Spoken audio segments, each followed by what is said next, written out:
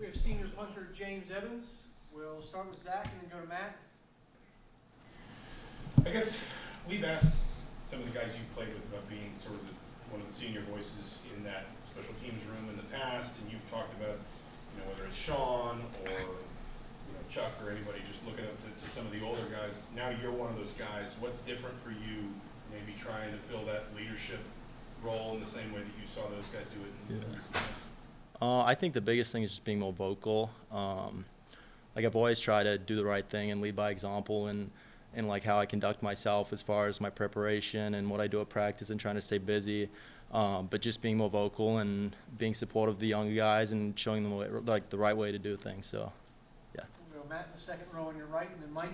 Hey James, I remember when you first got here, the coaches talked about you were so new to college football that you would take your helmet off. Yeah. You were still in the field, stuff like that. Just talk about how much growth you've made from that first year till now, and just how much, I guess, slower the game is for you, and how much more you're knowledgeable you are about college football. I think definitely. I think my first year, everything kind of was just so new to me.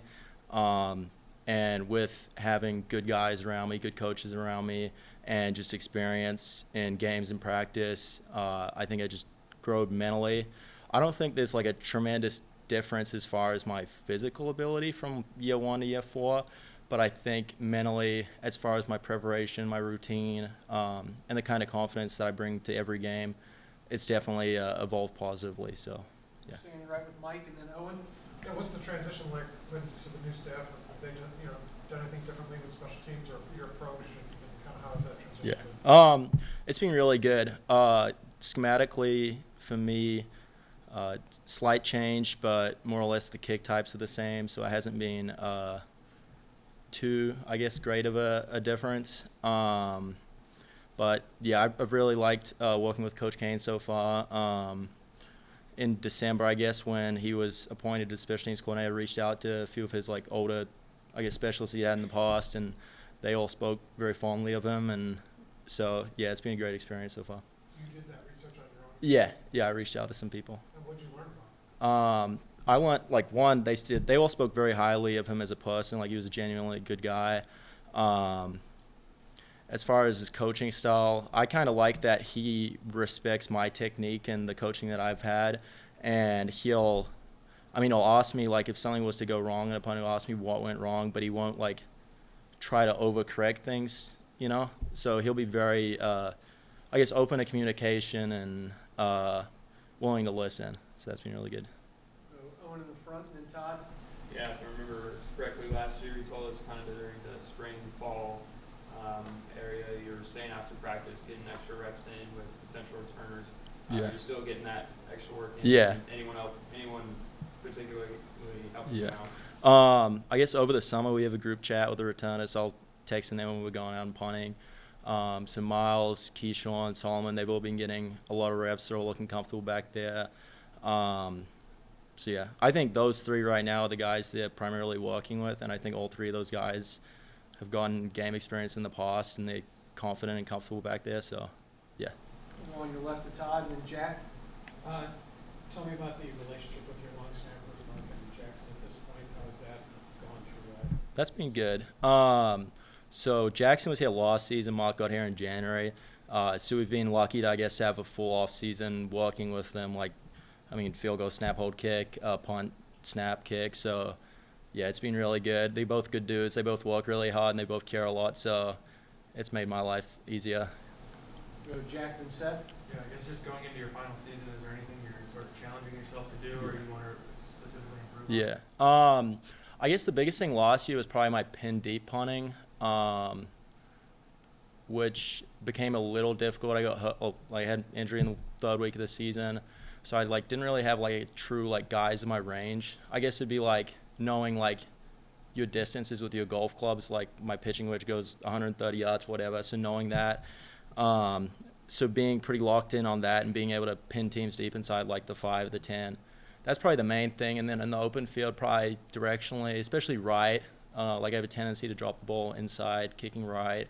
So working on dropping it on my hip, just outside my hip, and hitting a clean ball that turns over left to right. Go to Seth and Pete. Yeah, you talked about just how much more comfortable you got through the years, having never really played football before Yeah. coming here.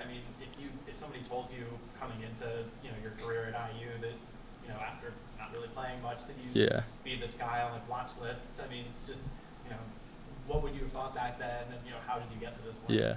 It's been a pretty surreal journey. I'd say just realizing how much work it would take to kind of get here.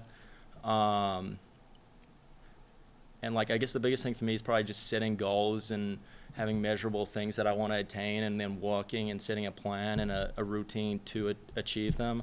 So yeah, I guess early on with, you know, how new everything was, you know, you're just trying to like get by almost. But, you know, as I kind of grew physically and mentally and became more comfortable and confident, you know, just keep pushing through.